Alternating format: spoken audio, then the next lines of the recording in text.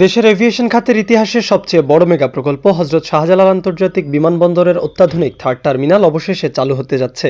বৃহস্পতিবার সচিবালয়ে সরকারের উচ্চ পর্যায়ের এক বৈঠক শেষে এ তথ্য জানানো হয়। আর সবকিছু ঠিক থাকলে চলতি বছরের 16 ডিসেম্বর মহান বিজয় দিবসেই অথবা আগামী বছরের একদম শুরুতেই বহুল প্রতীক্ষিত এই থার্ড টার্মিনালটি আনুষ্ঠানিকভাবে যাত্রী চলাচলের জন্য খুলে দেওয়া হবে। শুধুমাত্র থার্ড টার্মিনাল খোলাই নয়, এই বিশাল এবং অত্যাধুনিক টার্মিনালটির সার্বিক ব্যবস্থাপনা ও যাত্রী সেবার মান আন্তর্জাতিক পর্যায়ে নিয়ে যেতে নেওয়া হয়েছে আরও একটি যুগান্তকারী সিদ্ধান্ত। কর্তৃপক্ষ জানিয়েছে, থার্ড টার্মিনালের পরিচালনার দায়িত্ব জাপানের স্বনামধন্য প্রতিষ্ঠানের হাতে তুলে দেওয়া হচ্ছে। এর ফলে বিমানবন্দরে যাত্রীদের লাগেজ পেতে দেরি হওয়া বা গ্রাউন্ড সার্ভিসের যে দীর্ঘদিনের অভিযোগ বা ভোগান্তি ছিল তা পুরোপুরি দূর হবে বলে আশা করা যাচ্ছে।